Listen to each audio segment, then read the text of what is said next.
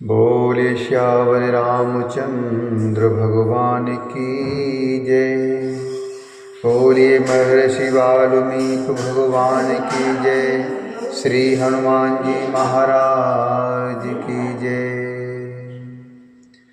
श्रीमद् वाल्मीकि रामायण के अयोध्या कांड के 11वें सर्ग में आज हम प्रवेश करेंगे और जिसमें वर्णन है कैकेयी का राजा को प्रतिज्ञाबद्ध करके उन्हें पहले के दिए हुए 2 वरों का स्मरण दिलाकर भरत के लिए अभिषेक और राम के लिए 14 वर्षों का वनवास मांगना।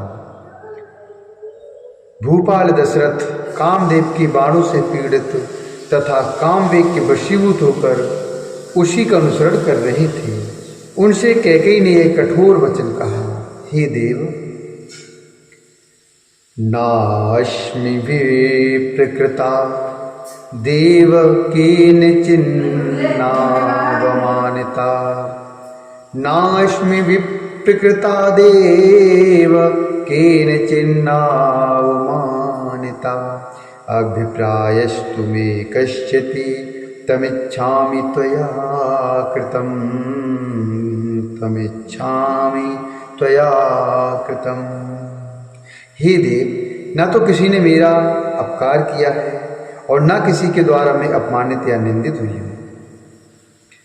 मेरा कोई एक अभिप्राय अर्थात मनोरथ है और मैं आपके द्वारा उसकी पूर्ति चाहती हूँ। यदि आप उसे पूर्ण करना चाहते हैं तो प्रतिज्ञा कीजिए, इसके बाद मैं अपना वास्तविक अभिप्राय आपसे कहूँगी। महाराज दशरथ काम के अधीन हो रही थी। वे कैकेयी की बात सुनकर किंचित मुस्कुराए और पृथ्वी पर पड़ी हुई उस देवी के केशों को हाथ से पकड़कर उसके सिर को अपनी गोद में रख करके उससे इस प्रकार बोले, अविलिप्ते न जानासि त्वत्तः प्रियतरो मम। अविलिप्ते न जानासि त्वत्तः प्रियतरो मम। मनुजो व्याघ्रादे रामादन्यो न विद्यते। मनुजो व्याघ्रादे रामादन्यो न विद्यते। अपने सौभाग्य पर गर्व करने वाली हे कैकेयी, क्या तुम्हें मालूम नहीं है कि नरश्रेष्ठ श्री राम के अतिरिक्त दूसरा कोई ऐसा मनुष्य नहीं है जो मुझे तुमसे अधिक प्रिय है, जो प्राणों के द्वारा भी आराधनीय हैं और जिन्हें जीतना किसी के लिए भी असंभव है। उन प्रमुख वीर महात्मा श्री राम की शपथ खाकर मैं कहता हूँ कि तुम्हारी कामना पूर्ण होगी, अतः तुम्हारे मन की जो इच्छा हो उसे बताओ। हे कैकेयी, जिन्हें 2 घड़ी भी न देखकर निश्चय ही मैं जीवित नहीं रह सकता, उन श्री राम की शपथ खाकर कहता हूँ कि तुम जो कहोगी उसे मैं पूर्ण करूँगा। हे कैकेयी नंदिनी, अपने तथा अपने दूसरे पुत्रों को निछावर करके भी मैं जिन नरश्रेष्ठ श्री राम का वर्ण करने को उद्यत हूँ, उन्हीं की शपथ खाकर मैं कहता हूँ कि तुम्हारी कही हुई बात मैं पूरी जरूर करूँगा। हे भद्रे, हे कैकेयी राजकुमारी, मेरा यह हृदय भी तुम्हारे वचनों की पूर्ति के लिए तत्पर है। ऐसा सोचकर तुम अपनी इच्छा व्यक्त करके इस दुख से मेरा उद्धार करो। श्री राम सबको अधिक प्रिय है, इस बात पर दृष्टिपात करके तुम्हें जो अच्छा जान पड़ता है वही कहो। अपने बल को देखते हुए भी तुम्हें मुझ पर शंका नहीं करनी चाहिए। अपने बल को देखते हुए भी तुम्हें मुझ पर शंका नहीं करनी चाहिए। मैं अपने सत्कर्मों की शपथ खाकर प्रतिज्ञा करता हूँ कि तुम्हारा प्रिय कार्य अवश्य सिद्ध करूँगा।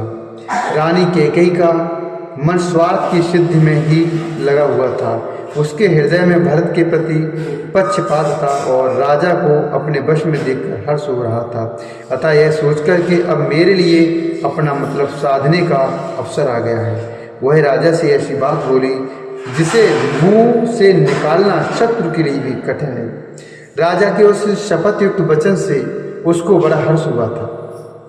उसने अपने उस अभिप्राय को, जो पास आए हुए यमराज के समान अत्यंत भयंकर था, इन शब्दों में व्यक्त किया, हे राजन, यथा क्रमेण शपसि वरम मम ददासि च तच्छृण्वन्तु त्रयस्त्रिंशदो देवाशेन्द्र पुरोगमा।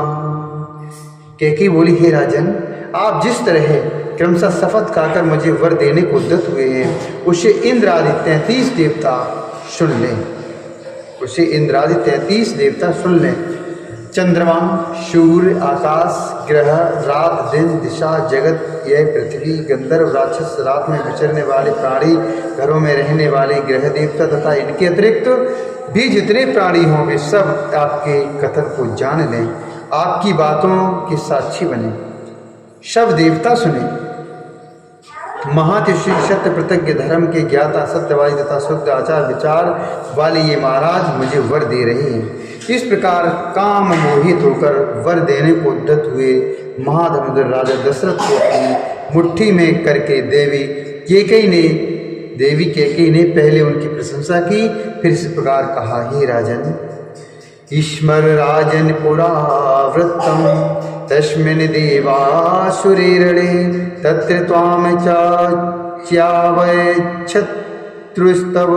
जीवितमन्तरा। तत्र त्वां च्यावच्छत्रुस्तव जीवितमन्तरा। हे राजन, उस पुरानी बात को याद कीजिए जब कि देवासुर संग्राम हो रहा था। वहाँ शत्रु ने आपको घायल करके गिरा दिया था, केवल प्राण नहीं लिए थे। हे देव, उस युद्ध स्थल में सारी रात जाकर अनेक प्रकार के प्रयत्न करके जो मैंने आपके जीवन की रक्षा की थी, उससे संतुष्ट होकर आपने मुझे 2 वर दिए थे। हे देव, पृथ्वीपाल रघुनंदन, आपके दिए हुए वे दोनों वर मैंने धरोहर के रूप में आपके ही पास रख दिए थे। आज इस समय उन्हीं की मैं खोज करती हूँ। इस प्रकार धर्मतः प्रतिज्ञा करके यदि आप मेरे उन वरों को नहीं देंगे तो मैं अपने को आपके द्वारा अपमानित हुई समझकर आज ही प्राणों का परित्याग कर दूंगी। जैसे मृग बहेलिए की वाणी मात्र से अपने ही विनाश के लिए उसके जाल में फंस जाता है, उसी प्रकार कैकेयी के वशीभूत हुए राजा दशरथ उस समय पूर्व काल के वरदान वाक्य का स्मरण कराने मात्र से अपने ही विनाश के लिए प्रतिज्ञा के बंधन में बंध गए। तदंतर कैकेयी ने काम मोहित होकर वर देने के लिए उद्यत हुए राजा से इस प्रकार कहा, हे देव, ततः परं वाचिदं वरदं काममोहितं वरो देयो त्वया देव तदा दत्तो महीपते। वरो देयो त्वया देव तदा दत्तो महीपते। तौ तावुदः मध्यैव वच्चामि शृणु मे वचः अवशेकसमारम्भो राघवस्योपकल्पितः। अवशेकसमारम्भो राघवस्योपकल्पितः। तदंतर कैकेयी ने काम मोहित होकर वर देने के लिए उद्यत हुए राजा से इस प्रकार कहा, हे देव, हे पृथ्वीनाथ, उन दिनों आपने जो 2 वर देने की प्रतिज्ञा की थी उन्हें अब मुझे देना चाहिए। उन दोनों वरों को मैं अभी बताऊंगी, आप मेरी बात सुनिए। जो यह श्री राम के राज्याभिषेक की तैयारी की गई है, इसी अभिषेक सामग्री द्वारा मेरे पुत्र भरत का अभिषेक किया जाए। हे देव, आपने उस समय देवासुर संग्राम में प्रसन्न होकर मेरे लिए जो दूसरा वर दिया था, उसे प्राप्त करने का यह समय भी अभी आया है। धीर स्वभाव वाले श्री राम तपस्वी के वेश में वल्कल तथा मृग चर्म धारण करके 14 वर्षों तक दंडकारण्य में जाकर रहे। भरत को आज निष्कंटक युवराज पद पर प्राप्त हो जाए। भरत को आज निष्कंटक युवराज पद प्राप्त हो जाए, यही मेरी सर्वश्रेष्ठ कामना है। मैं आपसे पहले का दिया हुआ वर ही मांगती हूँ। आप ऐसी व्यवस्था करें जिससे मैं आज ही श्री राम को वन की ओर जाते हुए देखूं।